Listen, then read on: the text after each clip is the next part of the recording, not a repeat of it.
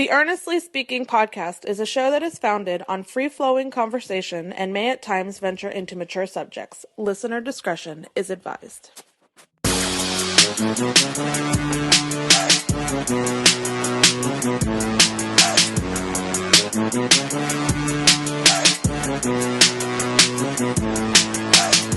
Earnestly podcast coming to you July 6th, 2023. How you guys doing? Another podcast this week. We didn't do one. Obviously, we didn't do one on Tuesday because it was a holiday. Which, by the way, I thought that was a long weekend for folks that got off July 4th, but apparently it wasn't a long weekend. Apparently, folks that had off July 4th still had to work on Monday. So, anyway, we're gonna have on Robert Bonnette in a few minutes on the podcast.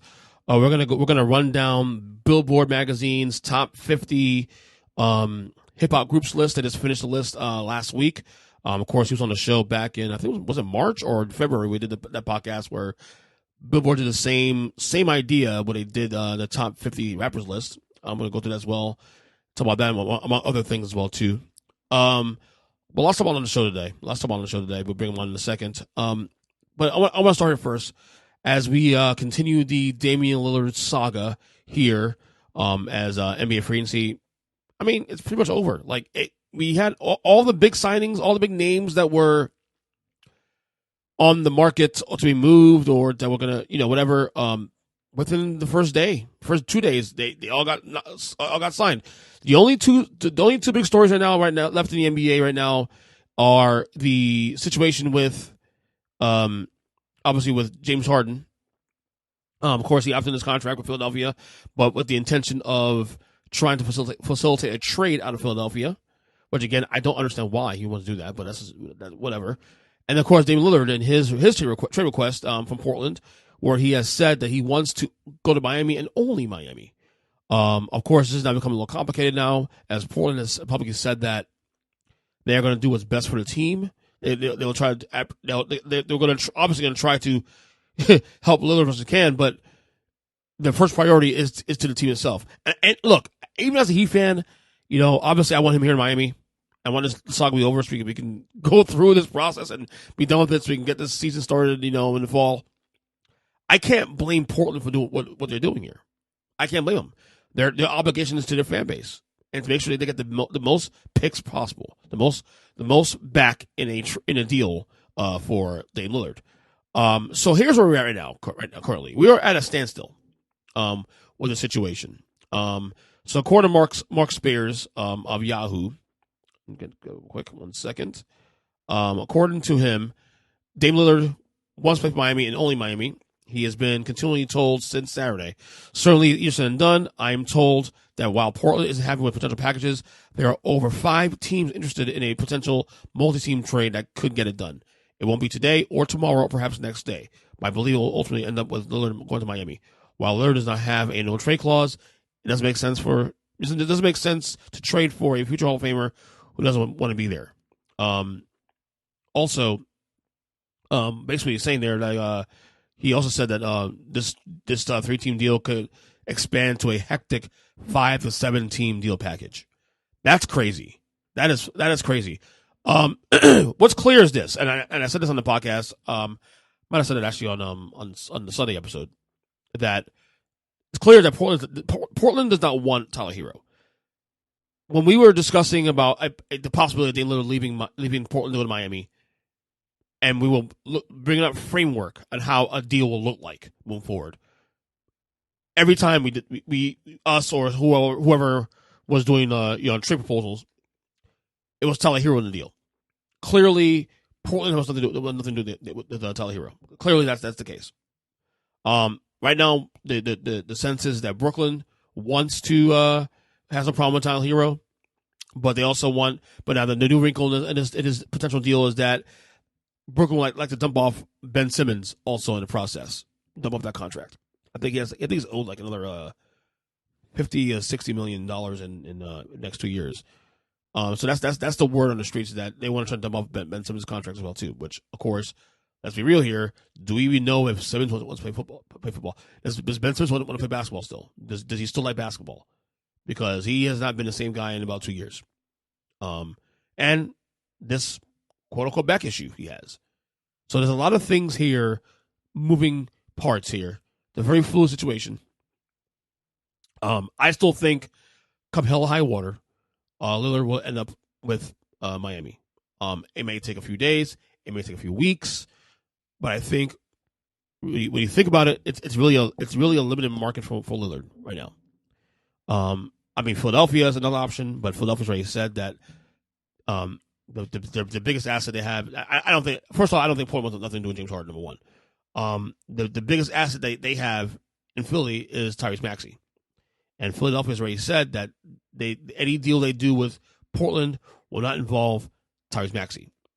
So right off the bat, there, what is that trade doesn't go anywhere, and I don't really blame Philadelphia for not wanting to do that, considering the fact that Tyrese Maxey is only 22 years old, and has a very bright future ahead of him too. Also, the only thing I will say when it pertains to Philadelphia and Portland is that the only reason why I would even consider trading Maxey for Lillard is that Lillard will make Philadelphia better now.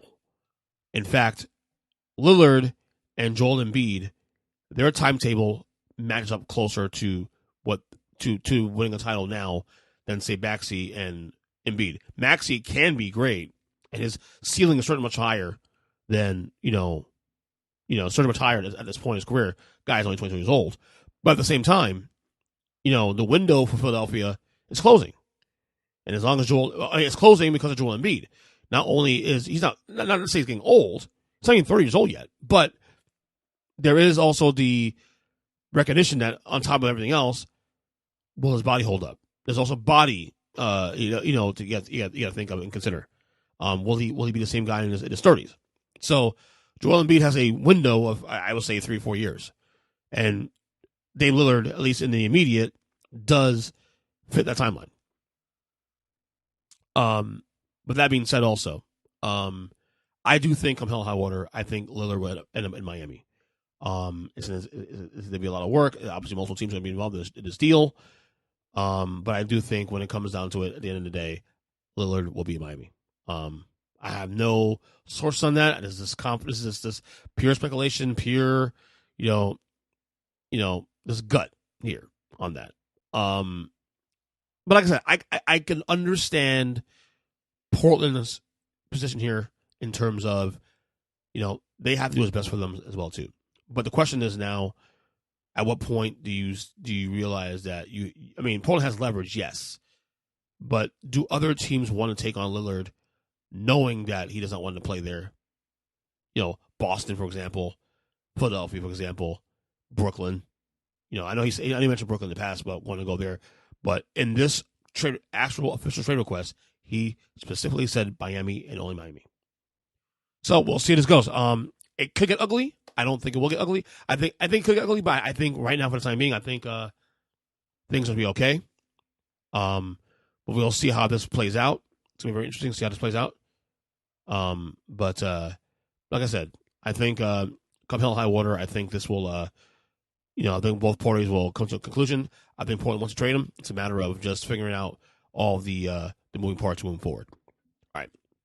As I said earlier that we're gonna do we'll have Robert Bonnette on the show. He's also 1/3 of the Mindless Wrestling podcast. And we're gonna go through the Billboard magazine's top 50 hip hop groups list. Before we do that, we love doing top 5 of this podcast. I'm going to give you my top 5 favorite group. Not the best groups, but my favorite groups in hip hop history.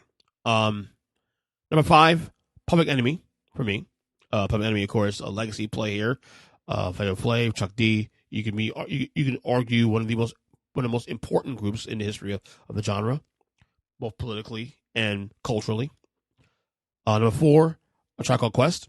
Which, by the way, I just listened to the latest album. First time in a long time. That came out in 2016. Earlier today, I was doing something with my wife. And I went to the car out a little bit, and I played the record in the car. God, it sounds great. But Tribe Called Quest is talking about melody and just their vibe. They sound very original. No one sounds like them necessarily, or they the groups and tried to sound like them, but they're amazing. Number 3, Wu-Tang Clan, again, a group that spawned up so many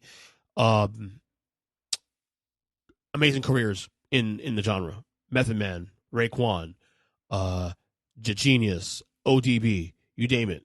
And these guys are huge. I mean, talking about like mid 90s. I remember going to middle school and high school, and I mean, you couldn't go anywhere with people talking about and really, discussing Wu-Tang and their greatness and all that, and the cultural significance of the genre. 2, Outkast, arguably the greatest group of all time. Very original, Big Boy, Andre 3000, 2 guys that brought different styles to the genre. And again, what made them amazing too, also Outkast, the fact that you had they came out in an era where Tupac and Biggie dominated, and all these groups, all these East-West, battles and all that, and yet these guys down in Atlanta carved it into their own, and just end up becoming what I believe is the arguably the greatest group of all time in the genre. And I think Outkast, they haven't done anything in a number of years. I think 20 years is the last album they put out. Speakerbox, the Double O Speakerbox record, double album. They when you talk about originality, you talk about this authentic and just believing in their vision and what they do musically, culturally, fashion wise, you name it. There's no one better, really, honestly. And number 1 for me, personal favorite groups of all time, The Roots.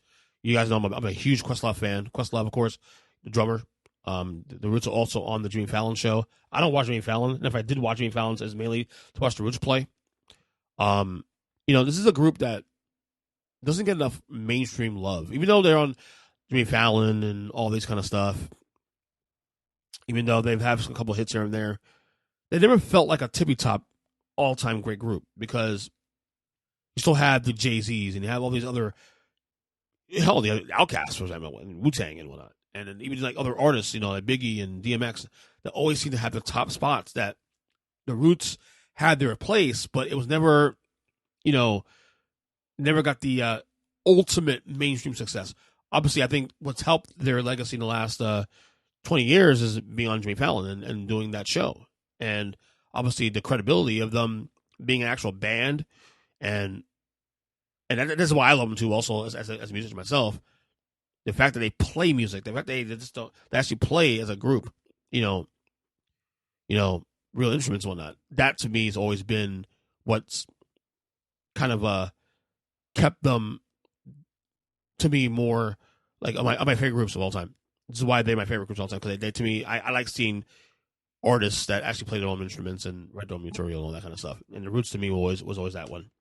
So again, 5, Public Enemy. 4, Chocolate Quest. 3, Wu-Tang Clan. 2, Outkast. Number 1, favorite hip hop group of all time, The Roots. So with that being said, as we kick this off, let's bring in Rob right now as we discuss the entire top 50 Billboard list, hip hop list, and go from there. All right, we're here now with Rob Bonnette, of course, 1/3 of the Mindless Wrestling Podcast. We're back here to talk more rankings. Robert, yes, more rankings again. I feel like that's our thing now.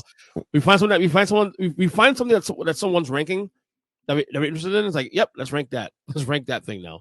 And we got more of that coming next week, actually, too. Also, we're gonna do a comedian's ranking with me, you, and your co-host DJ on the show next week. But you had told me about this a couple weeks ago, actually, that Billboard, we actually did an episode something on this on one of the pods you paired on back in February, March, when they did the top 50 rappers all time. Yeah, we did a segment on that on the show. By the way, guys, you can check it out on my YouTube page. I actually put out an entire clip. It's like almost an hour long of that entire clip. Just on that alone, on that subject. But Billboard did it. Billboard went through it again. They did the top 50 hip hop groups. Yeah, and we were waiting weeks to get complete it. Now we're there, and now we get to react to it now. So, like we did last time, we'll go 50. We'll go in 10s like we did last time. We'll see what they have to 50 to 41, and then 40 to 31 and so on and so on. But it's kind of just really up to see the list and see what it got right and got wrong. Because I know you and I, a bunch of old school guys that and the thing is, I want to make sure we don't sound like too dated. Also, too, I do understand the impact of the new guys as well too, and I'm aware about what some of these new groups are doing, and the impact. I don't listen to them all the time, but yeah, I looked at this list like 4 times this morning. I'm like, I kind of agree and kind of disagree. So let's go through it. Well, before we get started, before we look at the list real quick, did you find out an agreement or disagreement on this list at all? Oh, yeah, and when we get to number one, I'll say number one was once again a safe pick. It wasn't outrageous, I don't think, but I think it was a safe pick. Right, we'll get there. Okay. All right, from 50 to 41, number 50 we have MOP. 49 we got Black Star. 48 City Girls. 47 Ray Shmurda. Wait, is it Shmurd? Whatever. I remember who they were, but I don't know. I can tell you one song though, by who they are. Number 46, Yin Yang Twins. 45, Pete Rock and CL Smooth. 44, Criss Cross. 43, Kid and Play. 42, Heavy D and the Boys. And 41, Little Brother. Okay, so there are at least two groups in here. I don't even know who they are. That's Little Brother and City Girls. Don't know who they are. Never heard them before in my life. Oh, okay. I have heard the name City Girls. I could not tell you who was in the group. I could not tell you one song they've ever done. And honestly, I think that seems like just kind of a bone they threw to younger people, I think. But they're at what? They're at 48, so I'm not going to argue with them being 48, right? Right. As long as they weren't, I'm not going to argue with them being 48, right? At literally near the bottom of the top 50. I'm not going to fight over that. Right. Okay, Little Brother. Now, I do know them. You do know them. They're one of those groups. They're kind of they're mostly 2000s or mostly I think like mid to late 2000s, maybe early 2010s. Okay. They're kind of your quintessential kind of underground kind of group. Like, so they have the people who know them and know their music swear by them, and I've listened to some of it, and no, they are very good. It's just they never broke that kind of threshold of being really well known. So I think having them on, do I think in terms of how good they are they a top 50? Yes. But if we're going to talk about in terms of like popularity and all of that kind of stuff and career success and all of that, you could probably do a top 50 without them and it wouldn't be a crime. Okay. Right. Well, I know who they were even before then. The fact that they're... Yeah. Now, one personally for me, like Pete Rock and CL Smooth, they're kind of the same thing. Like, well, they only had 2 albums, but they were just outstanding albums. And Pete Rock, if we were making Robert's top 50 rap groups, they would be in the top 10 or maybe the top 5. Okay. Mm-hmm. It should be in the 30s, in my opinion.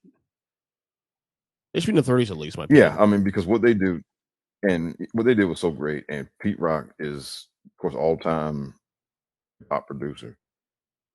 Yeah, and so they're 45. I mean, look, I understand the grand scheme of things, 45 is probably about as high as they're going to be. Right. I'm just happy they got recognized. No, this is good. I'll say right now, like also, I'm gonna be that guy real quick. I'm gonna be that guy. Heavy D and the Boys, too low. Mainstream radio success. I'm not saying to be in top 25. Way too. Kid and Play, I can understand why they're 43. I say they should be top 25. Yeah, but however, the fact that they were huge in movie, you could argue they're bigger in movies actually than they are in on radio. They, the house party movies, Class Act, the impact there alone culturally, they should be in top 25 because of the crossover. All right, so I think Heavy D and the Boys should be top 25. I agree because they had several albums. They had a pretty long run. They didn't have they started when I was in middle school, Mm-hmm. and they were still putting out albums when I was in college. Yep. So we're talking like um an almost 10-year run of albums. And for a rap group, a 10-year run with albums that are going gold regularly is, I mean, that is a damn good run. And And heavy radio airplay too. Heavy oh radio yes, airplay. I mean, Heavy D yes, was major. Heavy D was on both Michael and Janet's records before too. On top of that, come on. Yeah, and they were played. They were getting played on MTV and all. I mean, so they should be top 25. Other than that, like Black Star MLP, like I obviously fans of theirs, obviously, but I mean, I'm not mad that. I mean, I would put them a little higher. 40s should be right there where to be, but I get it. I get it. You know, Yeah, I mean, I think Black Star. I think that's another one where they threw their fan a bone. their fan base a bone.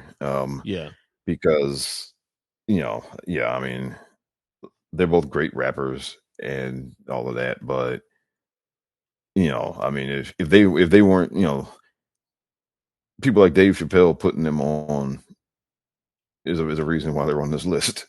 I mean, Criss Cross. I'm not gonna lie to you.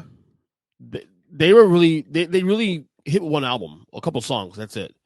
It was huge. Maybe yeah, little high, little.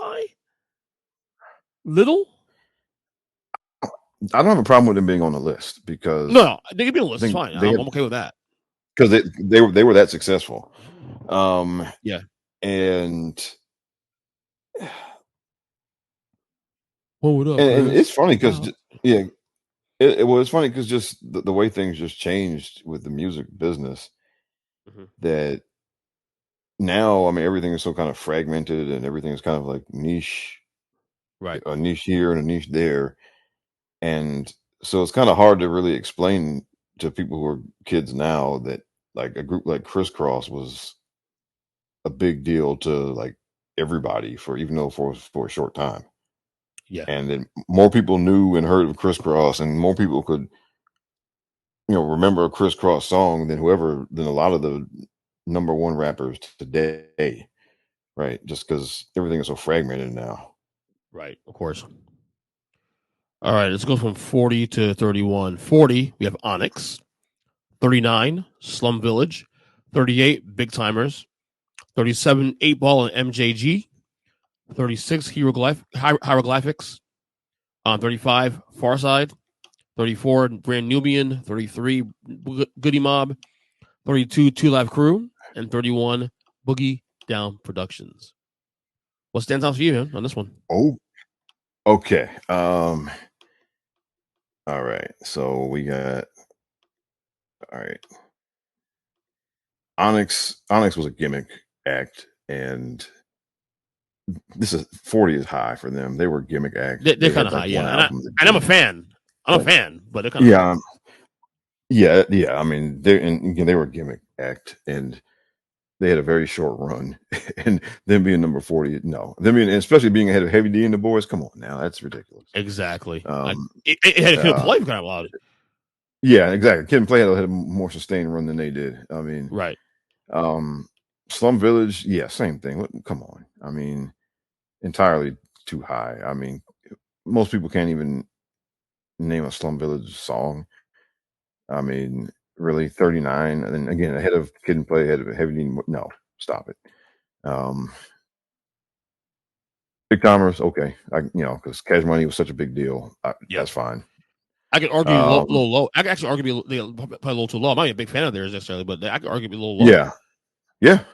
It's just with Cash Money is how do you separate out them from them Hot Boys, Lil Wayne, Juvenile? Right. How do you separate all them out? And that's the only thing. So, if we're going to take them as a representation of Cash Money, then actually they're low. I'd say. 8 Ball MJG, that's about right, I think. Yeah, that's about right. Yeah. Let's see. Hieroglyphics too high. Hieroglyphics, that's another underground crew. Yeah. I mean, yeah, and a little local circle, big deal, but outside of there, not really. Far Side, they belong on the list. 35 a bit high. Think so? They had some really good stuff though. Yeah. I mean, again, Far Side ahead of Heavy D and ahead of Kid and Play. Yeah, that's too high. Yeah. No. Right. And ahead of Big Timer is too high. Yeah.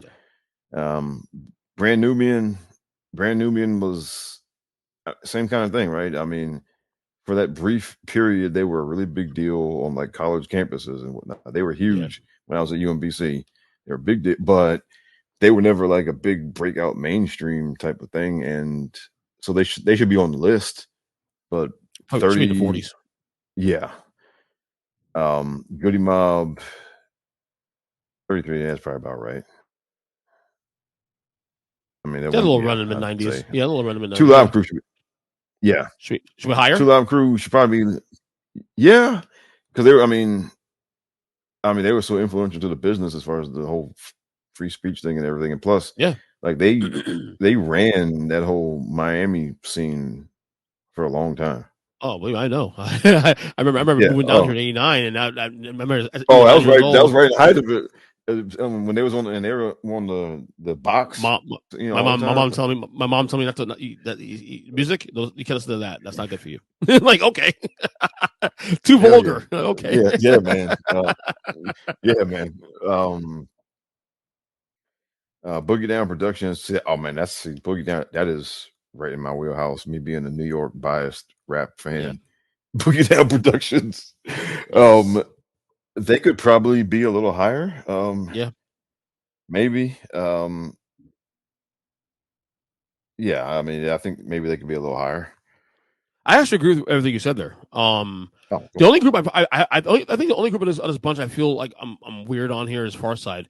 I feel like even though I never dived heavily into discography, the stuff I do know, amazing, and they have kind of underground feel still to them. Yeah, I wouldn't be mad if they're in the top 30. Honestly, I wouldn't be mad about that. Would I put them in my personal top 30? Maybe, because they're another one of those groups. Their heyday was when I was in college, so they were in heavy rotation. Mid late 90s. Yep. Okay, so let's keep going here. All right, 30 to 21. Here we go. Number 30 got Clips. 29 Gangstar. 28 Ghetto Boys. 27 DJ Jeff and the Fresh Prince. 26 EPMD. 25 Hot Boys. 24 the Diplomats. 23 the Sugar Hill Gang. 22 the Locks. And 21 Bone Thugs and Harmony. Okay. Well, you got one group in there actually that is a legacy group in Sugar Hill Gang that could be argued as the forefathers of hip hop. You can argue. Yeah. I'm not sure where the right place is to put. They should be on the list just because of how important they are. Right. But they had a pretty short run. Right. And I think the reason they're high is because of what you said there. Honestly. Yeah. So I think they belong down in the 40s. Clips is with Pharrell, right? Pharrell and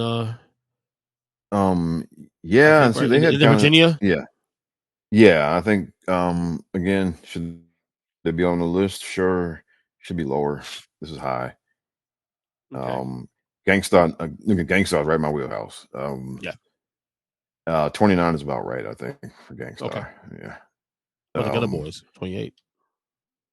Probably should be higher. They put Houston on the map, man. Before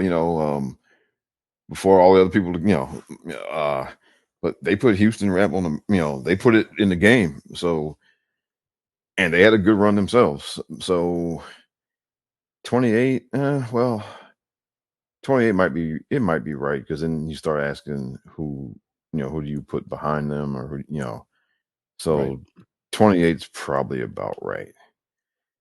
Oh, and I see now with Jazz, they try to make up for not having Fresh Prince on the top 50 by putting Jazzy Jeff in the Fresh Prince. We made a short on that. We made a TikTok on that actually back in February about Fresh Prince not being in the top 50.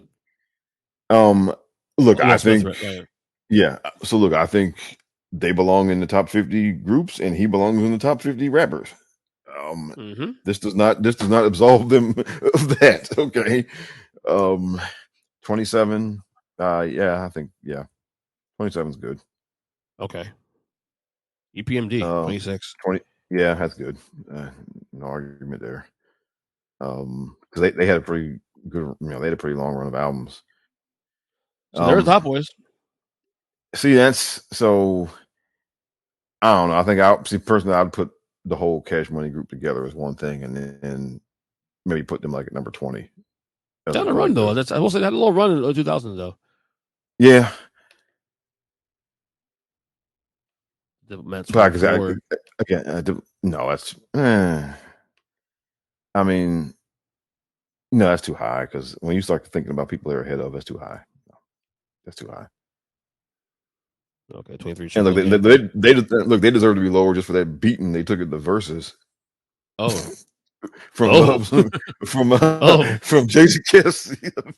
Oh, I mean, it is Jadakiss though, man. To be fair, I mean, he came out there and he just, yeah, man, woo! I gotta see that. I missed that one. I gotta see that one. Oh man, yeah, you gotta watch it. I gotta check that one out. I mean, basically, they came out there like it was just like like a little fun thing, and he came out there like it was like he was rapping for his life, and they were just out there to have a good time. And he walked all over him, man. I mean, jeez. I'm gonna check it out. I'm gonna go on YouTube and check it out. 22 Deluxe. That's who said Sugar Hill Gang. All right, yeah. Yeah. Baki. Again, this is the Versus thing. This is why they're so high. Right. Because, that's why they're this high. They shouldn't be that high. They shouldn't be 22. Bone Thugs is low though. Yeah, because like that's another one. Like people don't, that late 90s, early 2000s, people don't understand just how huge they were. And I feel like their stuff ages well, actually. And their stuff aged well, actually. It aged pretty well. Yeah, it does. I mean, it does. But mid to late 90s, early 2000s, they were like super huge. And again, people don't, that's one of those things you have to it's hard to explain to people now, like who've never, but Crossroads was like a fucking massive song on radio 96, man. Oh yeah, man. Huge. That video was like, yeah. That video was didn't stop playing anywhere, man. I wasn't even a fan of theirs back then. I mean, I appreciate them now, but back then I didn't care for them. I didn't really care for them back then. But now in hindsight, they're fantastic, and I'll just support it. They should be in the top 15, maybe in top 10. I even argue top 10. Yeah, I'm not even joking. I guess it's one of those things where I guess if you really look at it, I guess I don't know how long their actual run was, but they were so big at the height of it.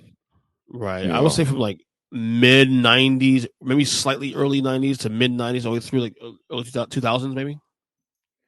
Yeah. So, about 5 to 8 years. Yeah. All right, let's go 20 to 11 now. 20, we have UGK. Yeah. Can't say it 3 times fast. 19, G Unit. 18, 3 6 Mafia. 17, Cypress Hill. 16, Beastie Boys. 15, Naughty by Nature. 14, The Fugees. 13, Mobb Deep. 12, Grandmaster Flash and the Furious 5. And 11, Migos. All right, no, I already got a few of these that you go ahead and start. Go ahead. It's real Which one? Now. Which one was it? Okay, let's. I was just scrolling through it now. Come back. Okay. All right. Okay, let's start here. UGK again. They were huge locally, and there was a Pimp C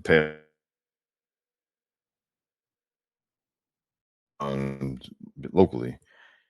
So again, I don't think. How do you put them at 20? They didn't. They just never.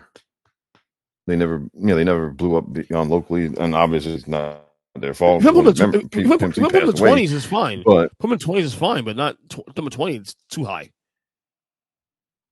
And there are other groups. Again, we're talking. Now there are several groups who were just way more successful. Yeah, I mean, both groups from Cash Money, Heavy D, Kid and Play, Jazzy Jeff. I mean, so many of these groups that we already ran through were more successful. And again, not their fault because of what happened, but they shouldn't be 20. That's too high. I agree with you. G Unit, I'd 19. probably put down in the 20s. Think so? I don't know. I feel like well, that little run in 2000, okay. I thought they were pretty big. You know what? Okay, 19, I guess is fine. 3-6 Mafia, too high. Yeah, that's too high. Yeah. Cypress Hill, that might be too low. Possibly. They've been, but I mean, I don't know. I guess when you look at the whole picture, 17 is probably about right. Yeah, like I was saying, they're definitely top 20 group because look at the names ahead of them. It's like, yeah, you can see why it's 17. I put them higher personally, but this is me for preference personally. But Beastie Boys, too damn low. That's way too low. I'm not even a fan of theirs. That's the funny thing. I'm not even a fan of Beastie Boys. They should be a top 10. Yes, come on. Having them at 16 is egregious. Right. You think it's racial? Maybe. I mean, well, I mean, maybe. I mean, and also, I mean,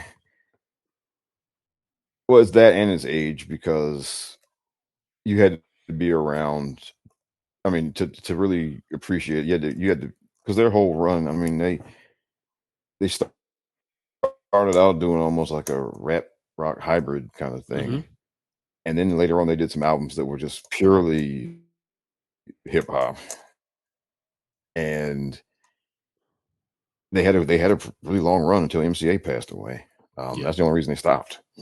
So, and for a while they were the most successful, as far as sales group out there, and it was, and look, I mean they should be higher than 16. That's ridiculous. They were a top 10 group. I agree. I don't care what your criteria is. They're a top 10 group, and that's ridiculous. That means 16 is ridiculous. Right. Naughty by Nature, I'd probably put in the 20s. Yeah, and I'm a big fan of theirs, but they had a good run. Yeah. Fuji's way too high. I agree with that. I'm sorry. They had one great album, and then people are giving them too much credit for Lauren and Wyclef's singles stuff. So but I'll say this in their defense though. The reason why I have the problem at 14 is because that one album, I can argue is bigger than any. I can argue bigger than any of these artists in this list. Singular album they had. I can argue that. I can put the score against any of these artists, even in the top 10, their best work in terms of popularity. Yes, and the only reason they're even that high is because of that one album. That's it. Right, it's the one album, and then it's the Wyclef. Right. They had two albums. They did two albums, and then Wyclef and Lauren had, they had the solo careers, and I think that's why they're so high. And it's right. I agree. But that's, I mean, no, 14 is way. They should not be ahead of the Beastie Boys. For crying out loud. Oh, yeah. Absolutely. Mama Team 13. Maybe a little lower. I have a problem. Okay. I don't have a problem with it being 13, but probably more like 18 or 19. Okay, Grandmaster Flash and Furious 5. That's a classic. That's another. Again, legacy. Obviously, they should be on the list. Obviously, 12 is probably a bit high. Migos. See, I've heard of them. I can't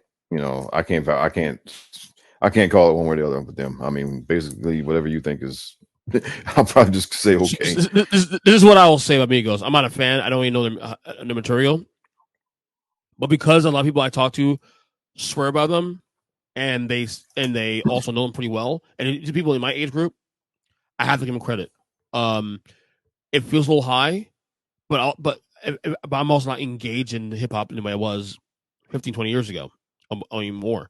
So I have to give the double due. Migos, the name does trickle down though to where I at least know who you are, and because of that alone, I have to give props to that. So it doesn't bother me to number 11 personally. It doesn't bother me because at least for the last same thing. 10 years, that's 10 years they've made an impact. Okay, if I know who you are. Go ahead. I mean, but if you've had a 10-year run, then being number 11 is not a problem. Right. I agree. All right. 10 to 1. Here we go. This is where I'm going to have some questions with this. Ooh. Number 10, The Roots. Number 9, De La Soul. Number 8, Salt and Pepper. Number 7, Eric B. and Rakim.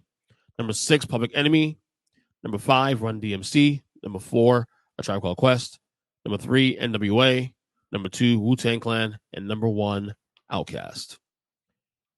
All right, so I'm going to go ahead and get a little. I recorded earlier in the podcast. My personal top 5 groups of all time. My number 1 group of all time is number 10 on this list. The Roots. I'm a big Roots fan. That's my number 1 personally favorite group of all time. Okay. I have no problem with Outkast number 1 at all, because I think when it comes to commercial viability, they might arguably be the most consistent of the bunch here. They sold well. They, especially in the era where it was East versus West kind of thing, they found a way to stand out. They're creative. So I have no problem with number 1. Other than that, I don't have a big problem with this list, honestly. Like, you can switch it around a little bit here and there. I'd be okay with that also too. But I don't think the top 10, they got it fairly nailed. I don't say nailed it, but they kind of got it in the pocket. What says you? Okay, I think, look, the Roots are great. Love them. I think they're number 10 because they're the house band for Jimmy Fallon. Yeah. Okay. Yeah. I think that's why they're number 10. Okay. Yes, they belong on the list. But they got longevity in working in their favor now, because they've been going since the mid 90s. Yep. Or maybe earlier, as far as actually making music. Yeah.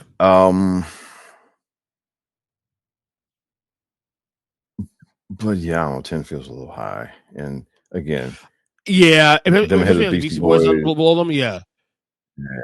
I ain't mad about it because I yeah. love them personally. I'm biased, but I get it. Yeah. De La Soul number 9, yes, perfect. Salt and Pepper number 8, yes. They are the female rap group. They are the quintessential female rap group. Every female rap group is patterned after them some kind of way. They had a good long run. They had a lot of hits. They were mainstream. Everything. So yeah, yes, and they should absolutely be the highest ranked female group. Yeah, period. I'll be honest with you. Like, if you want to put me a little bit higher, I wouldn't be mad either. Like 2 spots higher. Oh no, I wouldn't, because they were that big. I mean, when they were at their peak, they were big, huge mainstream hits. Mm-hmm. And for a female rap group, yeah. So 8 is fine. If you want to put them top 5, I'd say okay, no problem. Eric B. and Rakim. All right. Rakim is on every, if you're our age, Rakim is on a short list for greatest rapper ever. They had a nice little run, but there were a whole lot of other groups that were bigger. Yeah. I think they're number 7 because of just out of respect and admiration for Rakim. It's a legacy play. Yeah. But they belong on the list. I just wouldn't have it 7. Public Enemy, they're my top 5. And honestly, if you could put them at number 1. I'd say, I would defend them being number 1 all day.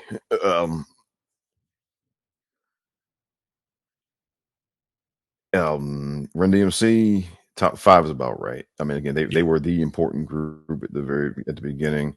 Right. They had a good run. The first crossover too. Also, they were selling sneakers. Yeah, and look, they revived Aerosmith's whole career. Mm-hmm. Okay, that alone gets you some props. Yeah, and they were one of the first hip hop acts to just be pitchmen. They were selling sneakers. now everybody sells sneakers now, right? And it's not even a big deal. But back in early mid '80s, you know, for them selling sneakers like that, that was such a huge thing, and they were pioneers on that front. So Yeah. 5, yes. Tribe, look, I love Tribe. Again, Tribe's right in my wheelhouse. That's my college days. Um, I would not put them ahead of Run DMC or Public Enemy. They belong in the top Yeah, 10. I do. Yeah, I think they're top 5. Honestly, I just think maybe a little too high. I mean, 5 if I was where they're at, but I love Tribe anyway. So Yeah, I mean, I think I don't know. I think it's another one of those things where I think it's yeah. I mean, I just think top 10, yes. Top 5, man, it's a bit high. I think. And I get it. again, I'm not I putting totally them get ahead it. of Public Enemy. I mean, not putting them ahead of Run DMC. Not Public Enemy. Not the Beastie Boys. Not NWA. Same thing. They had 2 albums. But They were impactful. big and they were super influential. They're number 3. This is impact and influence. And also the fact that, Cube and Dre became such a big deal, Mm-hmm. on their own, having been launched by the group. Of course. But are they the 3rd best rap group ever? No. If I went based on like actual talent, yeah, if I went based on talent, they'd be at the bottom of the 10. But you can't ignore the impact. 2 albums, but impactful, controversial, and then you also have the situation where you spawned off even Eazy-E, before he passed away. I mean, has the whole thing for a while. That's true. Obviously Dre, obviously Ice Cube. So I mean, you spawn that off, man. That's why I get you to number 3. In terms of talent, in terms of material, I'll put him in the bottom of the 10. But I get it. Yeah. Then you got Wu-Tang number 2, what I call the NWO of hip hop. That's high. Ooh, that's high, brother. Wu-Tang at number 2. So here's why I don't disagree. I mean, this is why I slightly disagree with you on that a little bit. Like I might have put them a little lower, but the reason it doesn't bother me, for the same reason we put NWA there, they spawned off a shit ton of careers off that group. They were huge in the 90s, early 90s. They were humongous. Oh, yes. And their influence was so, went worldwide. I mean, obviously Japan, obviously huge, but God, I remember like there was like a 5-year run between 92 and 97 where like you couldn't get away from this stuff. Whether it was Raekwon or the Genius or, Method Man or it didn't matter who it was. And they spawned off so many solo careers out of that. I mean, was ODB part of that group at one point? Was ODB part of that group? Or was he just like a kind of like ancillary? He was. He's part of them, right? There you go. Yeah, he was a full-fledged member. Him. Yeah, that's what I'm saying. Goes, so I think Meth, just I mean, yeah. So okay, I see a reason in there. I personally wouldn't. I wouldn't have them number 2. Top 10, okay. Outkast number 1. See, okay, I guess, okay, am I a fan? Yeah, am I a huge fan? Like, I didn't buy all their records and listen to all their songs, so I'm not as like super huge an Outkast fan as some a lot of other people are. So they wouldn't be my number 1, but I think they're a good, like Jay-Z with the single rappers. I think they are a good, safe consensus pick to have number 1. I don't think anybody's gonna fight you having them at number 1.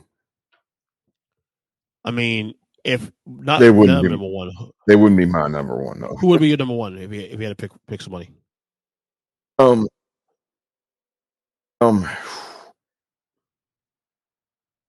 That's tough. That's the thing. Right? Who would I put at number 1? I feel like Public Enemy might have. That's why I said it's a safe pick. But Outkast has the commercial success. I think to make it over the top. Oh yeah, Outkast has, and they had a because Public Enemy, it went from like they're, as far as being a big time successful, commercially successful group, they went about 5 years, from like 87 to like 92 or 90. Yeah, so pull off, yeah. And so Outkast had a longer run as a commercially successful group. And one can argue that they stopped at top of their game because they just stopped because they wanted to. Yeah, at the speaker box, yeah. Yeah, and well, now Public Enemy is still going actually.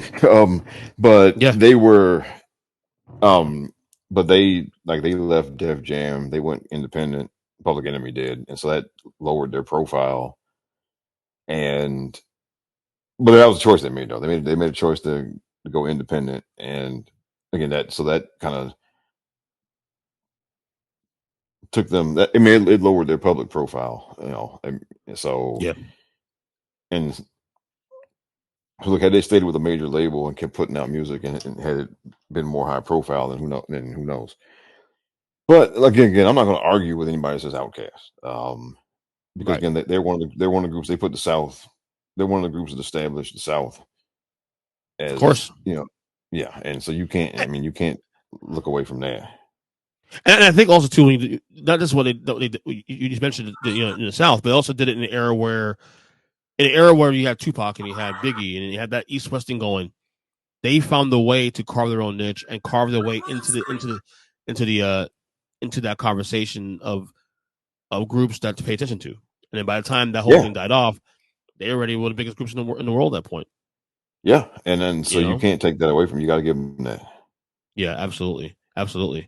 So yeah, that's the list. I mean, I will say this much: I have less issue with this list than with the list it did with the hip hop artist back in over the winter or spring. I will say. Oh yeah, because that was a mess. Ooh, buddy. We wouldn't tell that one. Yeah, so I think this list is better. I think than that one for sure. All right, I have before I get you out here, I have three things I want to ask you on rapid fire real quick. One pertaining wrestling, one pertaining football, and one pertaining politics. Let's go wrestling first. And I'm going to do this topic on my wrestling podcast, Take 3 this week also. But this month is the 1 year anniversary of Triple H taking over as head of creative. Give it a grade. What do you think of Triple H so far as head of creative 1 year in? B+. Okay. I think there's some things he's done. There are some things I would give him a really high grade for. Mm-hmm. There's some things I do not give him a good grade for, and there's some other things that I think basically he just kind of took a hand off from Vince and kind of kept the trains running on time. So I give him a B+. I'll say the thing for me that I've truly love about this era is that it feels fresh. Like he's taking chances on people that, like in NXT, like really going into the well and trying some things here. The whole belt thing, the whole bringing the World Championship belt back. Because they want to keep the Roman story going, which I get it. The only thing I think I have a problem with really with him is the Austin Theory thing right now has been kind of stale. They haven't done anything with him since WrestleMania. He's kind of gone off the map a little bit. The women's side for a little while was a little stale too for a while. It's kind of get back. It's starting to get back to where it needs to be again. But other than that, though, I'm kind of like in the A- B+ section too. He's not bad in 1,000, but I feel like the product for the first time in a whole lot of years is fresh. Like this Money to Bank this weekend, fresh booking. We all thought LA Knight or Logan Paul. No, Damian Priest. We all thought maybe Bailey or Trish. No, Io Sky. They're trying new things. They're trying things here. And I think if that's Vince with the book, honestly, that ain't happening. Oh, well, see, now the thing is, where I'll disagree with you, though, is, okay, well, Vince was in charge when they went with Liv Morgan last year with the briefcase. That was Vince. Fair point, yep. And so, and the year before that, they went with Nikki Cross with the briefcase. That was Vince. Big E with the briefcase was Vince. Kofi Kingston winning the world championship was Vince. But I think a lot of those guys, like for example, like Liv winning it, not a surprise. We kind of felt the groundswell. Big E getting it, we felt the groundswell for a little while. I didn't put Io Sky on the rock on even as like Damian Priest was a wild card, but because of Logan Paul, his popularity, because of LA Knight and the groundswell, we figured those two are going to be the ones going to get the briefcase. Io Sky was no one on the radar, honestly, for me I, to get this briefcase. I'll give you that, but I think Vince has done these quote unquote surprising picks a lot more than people think. Right.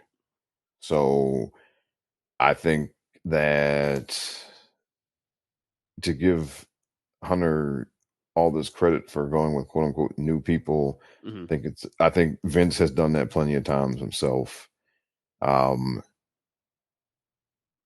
And so I think it's to me it's not the big deal that I think some people make it out to be. And that's why I'm talking about, like, again, I'm talking about just taking the hand off from Vince and keeping the trains running on time.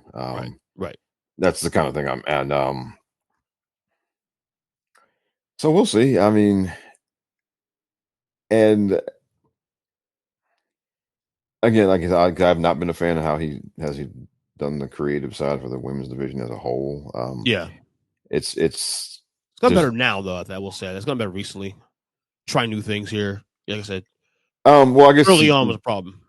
Well, I think it's like going like they did barely any type of storyline building going into WrestleMania for the whole division, and to me that you can't, that's inexcusable. It just is, and I got to see more before I say he's improved. I got to see a longer sustained, better effort. Right. All right. Next thing here I want to touch on is, so there's a tweet that you had replied to yesterday that I ended up getting involved in because we had a discussion. I said we'll save it for the podcast, but it had to do with Patrick Mahomes and his career, where he's at. Somebody tweet. I read the tweet that the guy put out first. I think it was Timo from somebody from Pro Football Focus. Timo Risque. He basically tweeted this saying, "Quote: This is a good day to tweet that while Brady had obviously the best and most impressive career of all quarterbacks ever, Pat Mahomes is already the GOAT because of what he can do on the field, both athletically and mentally." To when you replied to him, you quote tweeted him saying, "Why are we being stupid like this? If Mahomes continues on like this for another 10 years, then sure. If he quit right now, he wouldn't be top 10. I, of course, jumped in, basically with my opinion on this, especially saying the sample size kind of matters in this argument. But if you say that he's a top 5 quarterback in the league right now, I mean, I haven't been top 5 right now at this point now because to me, I think there's been a 5-year stretch ever in this league. We've seen a dominance of this stretch from both a athletic and personal accomplishment as well as team accomplishments. I mean, this guy's in the Final Four every year, at the very least. He's gone to 3 Super Bowls, won 2 of them already in 5 years. Like, Tom Brady did win 3 rings out the chute, but he was never this good. He was never this good until years later. Pat Mahomes was pretty much the best quarterback in the league, pretty much I'd say from a year or 2 on. We wouldn't call him the best quarterback. And he sustained that for the last like 4 years. So I do agree that it is still early to give him the anointing of the greatest of all time. I agree. But I don't think it's far out to say that he's at least a top 10 guy, because right now I haven't had more guys who are on my top 10 list right now currently because of what he's accomplished, both as a individual player and team success also too. And that's the thing also too, is that those two things correlate together. So what's your thoughts on that one? Okay. So in terms of all around ability, in terms of running and throwing, I'd say he's definitely in the conversation. Like I say, statistically, of course, he's blowing all the numbers out of the water. He's got 2 rings, so it's just like I said, like stuff can happen, right? Right now, he's fortunate he's on a team with a really good front office, and so if they keep replenishing his, there's going to be roster turnover, of course, but if they keep replenishing the people he needs, then he'll have the team success for his whole career.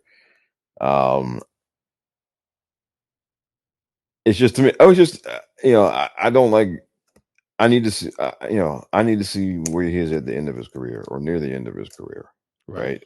Because just doing it right now, I mean, because look, stuff happens, right? And like I said, and I said that if Warren Moon got stuck playing in Canada for like 5 years, right, because of racism. If he had been in the NFL for those 5 years and had produced, let's say, he needs a year to get acclimated, and then but from year number 2 forward, if he had produced, at the level that he was when he was with the Houston Oilers, I mean, he'd have all the records. Very possible, yeah, very possible. Yeah, then Dan Marino put up all those numbers, but the Dolphins' defense was never any good. I got rid of my top 5, so I'm a Marino guy. So it's Marino's top 5. Elway carried 3 very mediocre teams, carried them to the Super Bowl. Also on top 5 as well. Yeah, and it's not his fault that when they got to the Super Bowl, they finally had to play like a really good team, and they got smashed 3 times. And not only that, look, not only that. Here's the thing I look at too of Elway. Look at the teams he lost to: 86 Giants, one of the best teams, 88 Redskins, one of the best playoff runs ever, and then the 89ers, the 89 Niners, which is a top 5 all-time team. Giants also top 10 all-time team. Yeah. So they didn't lose anybody. They lost to some of the greatest teams in the history of football. And they lost to Doug Williams, who had like the greatest one-day performance of in the Super Bowl ever. Exactly. That was just but I mean, look, I'm a Washington fan, and they don't get the credit they deserve. But still, he lost to 3 great teams in the Super Bowl, and he carried a very mediocre Denver Broncos team there 3 different times. Yeah. Now I'm not, but so I look at those guys: Marino, Moon, Elway, Montana got 4 rings, and we act like it's nothing now, right? I mean, we've totally just dismiss it now. I got 4 rings. Mm-hmm. Didn't throw an interception in the Super Bowl ever. And he put up big numbers, and and all of that. To me, that's 5 right there. And then of course we haven't even gotten to Brady, right? I mean, so right now, I mean, that's 6 guys right there I'd put ahead of him if he retired right now. So he's top 10 at least. Top 10 is fair. Yeah, I think because now where would I put him like versus like Peyton Manning? Obviously he can run better than Peyton Manning. He has better arm than Peyton Manning. So he's more physically, in terms of physical ability, he's ahead of Peyton Manning. I think Favre was overrated. Oh God, I've been saying for years now. I've been saying for years. Yeah, I mean, he's just really he was so reckless on the field, and it worked in his favor so many times. I mean, yeah. I mean, so I'd say he's better than Favre. I'd say he's better than Peyton Manning all time. And, this is provided, no injuries or whatever, nothing bad happens in the future to him. So top 10 is fair, but number 1, no. Right. All right. One last thing we get you out here. Okay. And just something we wanted to cover a couple weeks ago. The GOP presidential race so far. What a shit show. Oh, it's awful. And look, until somebody actually beats Trump for the nomination, it's going to be Trump. Which won't happen. At this point, Trump's got to beat himself at this point. Yeah, because again, and I said this before we started recording, but the political media very much they very badly want competitive primaries because it gets them more viewers and ratings and all that stuff. So they're trying very hard to make DeSantis a thing. I don't think he is. I think once you get down to the actual real voting in the primaries, I think he's going to go down pretty quickly. And the rest of the candidates are lackluster. I mean, nobody's excited. Who's excited about Tim Scott or Nikki Haley or any of these other people? Nobody cares about them. The only person in this race that I'm interested in is Chris Christie. That's it. Even then, I mean, again, he ran before. No, And but I'm just saying he's the only one that's willing to push back on Trump in a way where everybody else is like, trying to skirt around it, around the issue, not taking them head on. Yeah, Chris saying fuck it, I'm gonna take them on. But the thing about it, I mean, look, man, the MAGA folks, they want the full uncut MAGA. Okay, Yeah. they don't like I said, they don't want that stepped on shit. Okay, and and it's only coming from one person, and that's Trump. All right, everyone else is doing some version of MAGA light, or well, I'm not really as crazy. I mean, everyone else is trying to do some version of that, or DeSantis is trying to do the full MAGA. But why would you get a imitator when you can get the real thing? So Right. look, man, the MAGA folks, because it's not even policy. It's energy, um, anger. Like Trump brings that in ways that the rest of those folks don't, and because they want to be angry about something, because they were angry after he won. They were still angry. Of course they were. So that's they want to be angry. And if you can't bring that, then there's one person who brings that to the table for them. And so look, unless Trump is in jail, and even then he can still run by law. He can still nothing stopping him from running, right? Yeah. And so look, I think until he actually gets beat, he's it, and that's what it is, folks.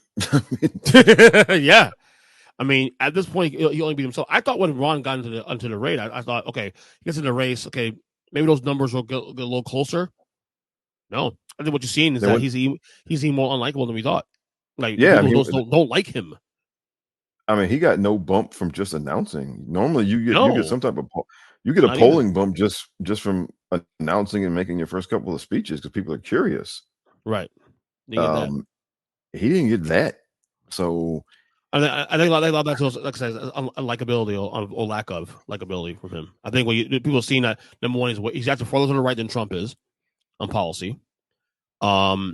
He's also, let's just face it, not a personality. He's not no personality. And I think when you get outside the bubble of your GOP Republican evangelical sector, and you go into the real world where there's actually people who actually are free thinkers and actually have a larger, brain about issues and stuff.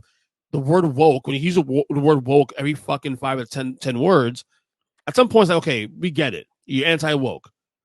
What's your point? And what's your policy? And the policies that you support are extremely unpopular, even independents. That's the problem. well, I'd ask him, what does woke even mean? Like, I mean, if you ask these folks, I say it's a code word. if you ask them to describe it, they can't. Right? Well, yes, of course it is. Yes, it is. It's a word you say because you can't say, what word I'm talking about. Yes, yeah. Or well, actually, there's a couple of different words that you say woke instead of, and one of them starts with an N, and the other one starts with an F and rhymes with maggot or baguette, or right. So you say woke because you can't. You say woke instead of using those kind of words, and that's what it is. Exactly. No, right. And it's okay. And he's our governor here, and I'll admit, I've said this in the past, like the way he handled COVID here, I thought was fine. I thought beyond that, and the reason why he won Florida in big numbers is because of how he handled COVID. Because he peeled a lot of Democrats also too to win the election here. Because as I said last year on this podcast, the Democrats have no presence in the state, no presence whatsoever, and haven't had it in 20 plus years. And he took advantage of that. And the fact that he was able to be strong on COVID and whatnot, that a lot of people agree with him on that. But once you get into the actual meat and bones of who he is and what he represents, it's like, wait a second. Okay. So I support you on the teacher stuff here in Florida. You're good on teachers and getting raises and stuff with teachers. You're actually pretty decent on the environment here in Florida because you're much better than the Republicans we had before him, Rick Scott, on the environment. But then everything else he's gone to shit on. And to me, the whole woke thing and culture wars, nah, I'm out. And well, because I looked it up because I'm Mr. Numbers nerd. Yeah. But when he won election the first time, it was by less than 1%, I think. Correct. And so his success, and then when he ran for election, he ran against Charlie Crist, who's kind of cooked basically. Charlie Crist is a fucking corpse. So you can look at that and so one time he very narrowly won election the first time. Yeah. And the second time he ran against a guy who's DOA as far as a political career. So even his election victories are a bit kind of inflated or overstated, or maybe a bit. And I think also there's a lot of luck playing that also. If COVID doesn't happen, honestly, he might still win the election, but it won't be the same numbers. I think because of how popular he was because of COVID and whatnot is what pulled him over the top. Because again, I have a lot of friends with Democrats who voted for him because of that.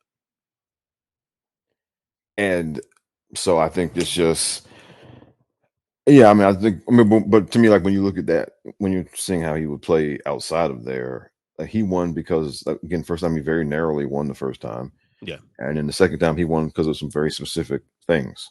Right. Correct. And therefore, that doesn't bode well for you outside of Florida. It means that basically there's nothing you can really glean from that as far as him being a national politician. And look, I mean, Trump benefits from being a big celebrity. If he was just a regular politician saying that same stuff in 2016, he wouldn't have got very far. Right. But he's a big celebrity. People got he had an infectious energy around him that people wanted to jump on the bandwagon.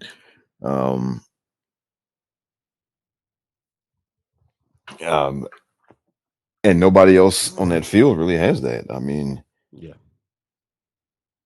And especially like you said, I mean, and except for Christie, none of them can even. I mean, you can't even get them to say that Trump is bad. Yeah, or even and they asked I think Nikki Haley because Trump got found liable in the civil suit of basically assaulting, sexual assault. Yeah, and even then, all she could say was, "Well, the verdict is what it is." Basically. Yeah, because all these people are just trying to position themselves for a cabinet seat, or even as a running mate. Who knows? And this is all brand. The run for president is all brand building at the end of the day. They know that Trump's going to win the nomination. Well, because it's all brand building. Yes, this is a business. Yeah, and it is it's running for president. It's a business thing for now because this is what's happened in like the past 10 years or so, that running for president became a business basically. Yeah. Mm-hmm. And that you can build your name up and you can. Well, one thing is, and this is what Newt Gingrich has done. Newt Gingrich it never closed his campaign from, was it 2012? I think when he ran. Mm-hmm. So you can just, if you don't close your campaign, like you don't have to pay people that you owe. You can just keep it open and you can just collect money in perpetuity. And and then you get higher speaking fees because now you're a presidential candidate, so and so, and you can get TV hits on Fox News or whatever, and it's it's just it's a business for most of these folks, and you should not run to be the running mate. You should always look, when Obama ran in 2008, some people were thinking, oh well, maybe he's running to be Hillary's running mate, and no, he was running to be the nominee, and he ran like it, and he won. That's what you have to do, right? If you're running to try and be somebody's running mate, then chances are, well, one, you're not going to win the nomination, and then chances are they're not going to pick you anyway. Right. I totally get it. I mean, yeah, like I said, it's a business, and it's It's very fascinating. I'm still like waiting to see if like maybe once the debates start next month, then maybe his approval rating will improve. His Q rating improves with the party within these points. But I at this point, like barring Trump like imploding on himself, which even then, will take a lot. I just don't see Donald Trump winning the nomination. Oh, you don't? Yeah, and then the other thing is that people like talk about the party establishment, and it's not no. Well, the party is not. When the parties were stronger, the party establishments in both parties used to be a lot stronger. And there was a time where they would have changed rules or did whatever they had to do just to basically put the fix in so Trump couldn't get the nomination. Yeah. That type of thing doesn't happen anymore, and it hasn't happened for a long time. But that's what it used to be. I mean, if there was somebody like Trump even running, the party bigwigs or whatever, they would whatever type of fix they had to put in procedurally so that he just couldn't get any traction, they would do it. Yeah. Like if the Republican Party was like it used to be, they would vote and they would institute some rule saying that if you were found liable of sexual assault in a civil case, you can't run. Okay. Yeah. and there's nothing you can do. Like he could sue them, but I mean, they're a private organization. They can make whatever kind of convoluted rule they want to. But you're not wrong. There's a time where they would have done that very thing. Yep. Where they would have voted on, they would have crafted a very specific rule to apply to him. And to say, because of this, you can't run. And they would have gotten out of there. They would have gotten them out of there really quickly. And then the other candidates could have focused on being better candidates. But basically, because they're afraid to do that, then, this is what you get. And he would never run as an independent because he needs the party apparatus. Why would he? And why would he? Because he has the control anyway. He got what he wanted, and so that. And then, but even like like Bernie Sanders would never run as an independent for president because he needs the Democratic Party apparatus to get any type of profile, right? And so, but Trump, they're stuck with him. I mean, the only thing they can hope for is. Well, and the thing about it is, but they want to win. Exactly. And so, and yeah, because of the way the way electoral college is, and because of the way that voters are distributed across different states, it's still possible to win the general election, even without. But they're not going to win the popular vote. They're not going to win the popular vote for years. It's going to be a long time before they even think about winning the popular vote. The only thing that their only hope is to kind of squeeze out some, percentage wins in a few states. It's been 35 years, buddy. It's been 35 years since won a popular vote. So there you go. Yeah, in big numbers. In big numbers, I say. Yeah, and I think was it Reagan? Well, Bush 41. Bush 41. Yeah, he won pretty handily over Dukakis. Okay, so that's 1988. So we're talking almost 40 years now, and the one time they did win the popular vote since then was very narrow. It was W1 was like 51-49. Yeah, and had that election been a year later after Katrina and after Iraq went really bad, he would have lost. That's also the last time I voted for Republican, actually, too.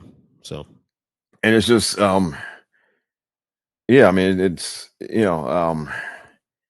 so their only hope is basically to win on what is essentially a technicality, the electoral college, and they don't stop to think. Well, they have a bunch of ideas that people that are not popular because tax cuts for rich people are not popular, and once you get outside of the evangelical bubble and like the homophobia and stuff is not popular. Banning abortion is not popular. Right. I mean, those things just don't have support really. And that's their platform. That's what they run on. Yeah. And until they change that, then this is what it is. And, when you get, I mean, you get somebody like Trump who can get people energized and fired up. You can squeak out a win here and there.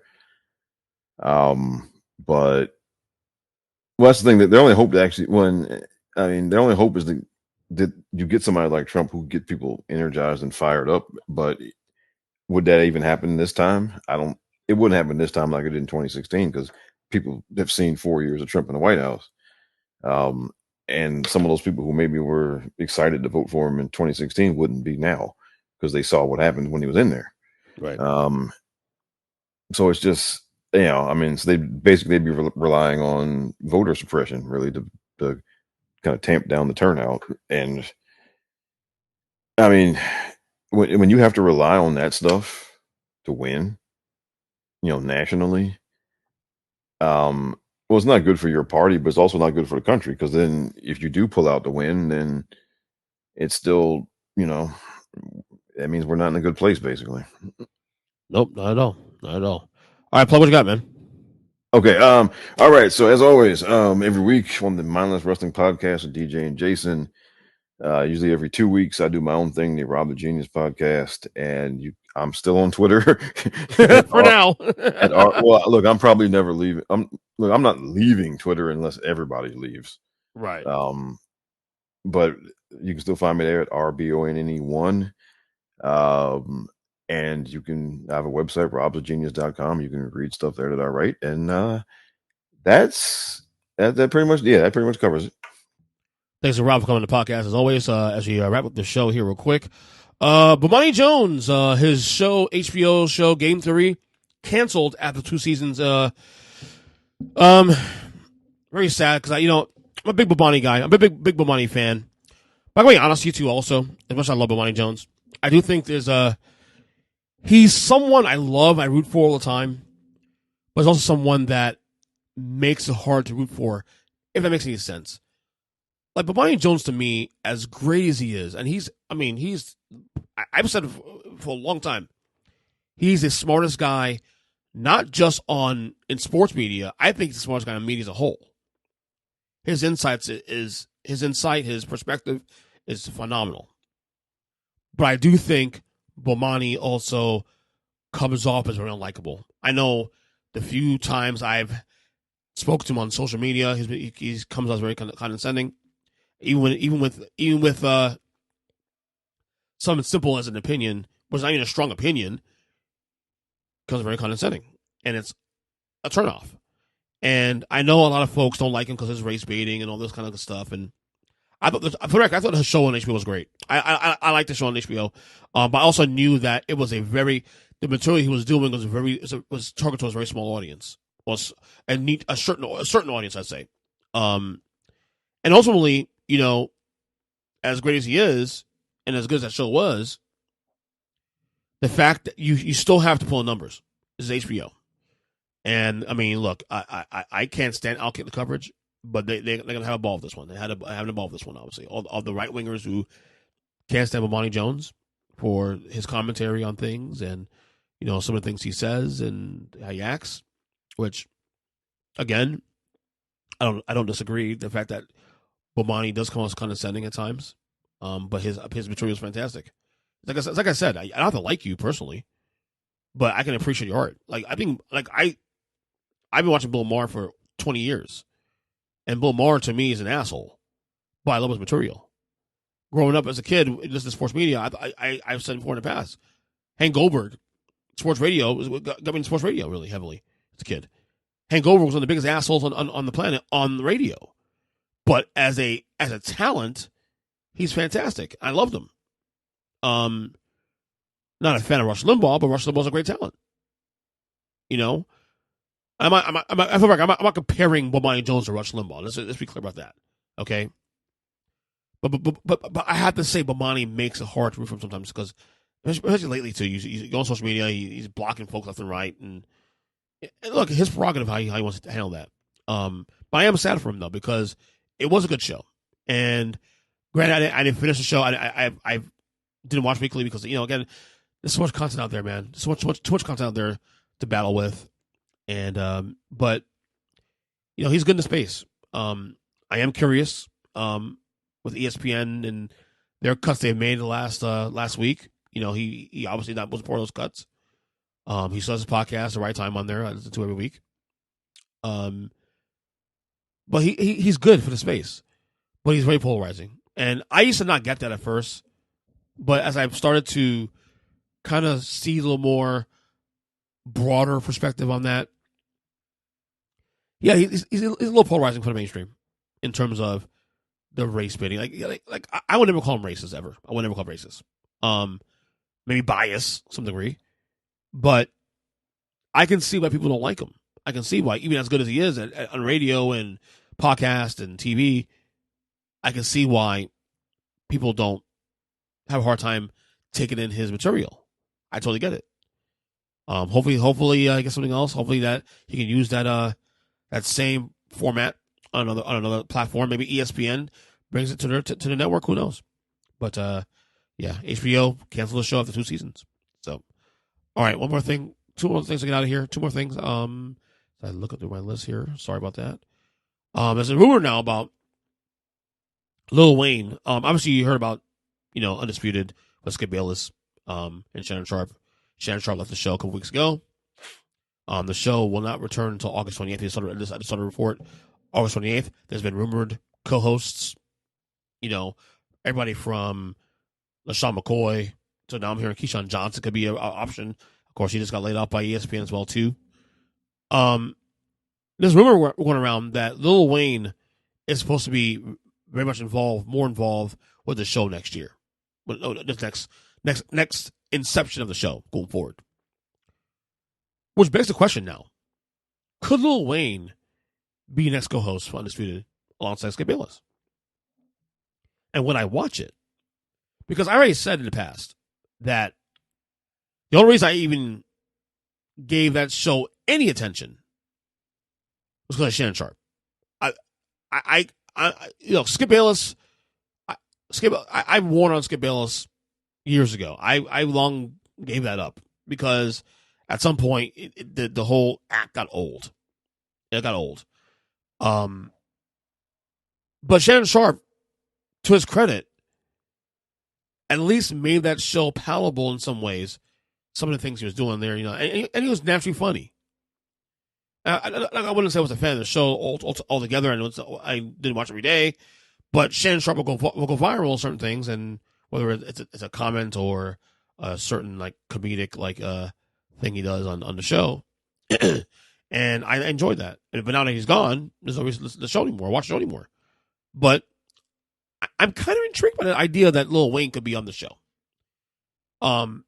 Anybody that knows about Lil Wayne, and I've heard from many people that know Lil Wayne. Lil Wayne knows the sports.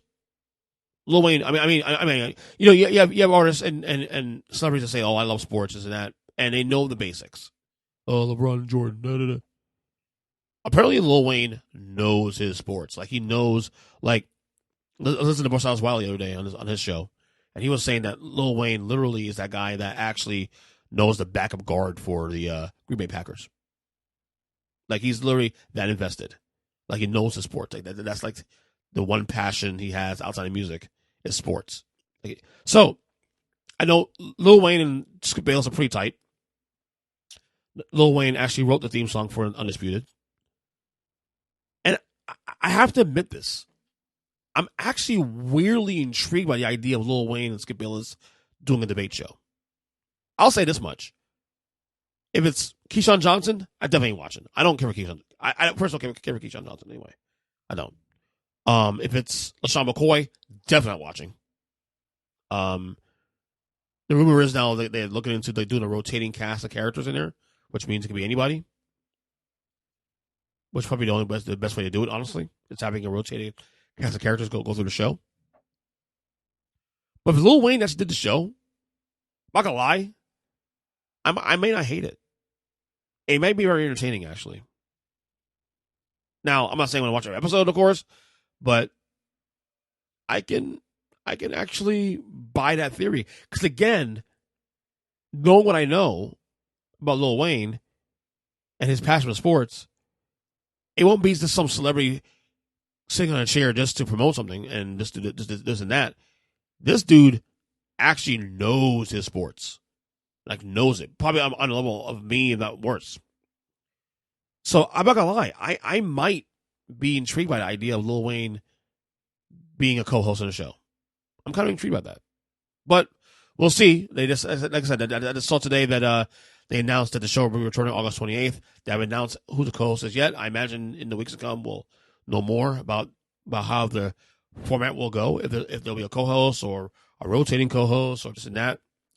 I mean, look at ESPN has laid out a bunch of people. Yeah, Marcellus Wiley, not Marcellus Wiley, Max Kellerman, rather, available. You have guys like him. You have guys like Jalen Rose available. You have guys like Keyshawn Johnson. A lot of options out there now. So we'll see how it runs. Last thing we got here. As I continue my NBA Finals rewatch, I just finished the 1992 NBA Finals.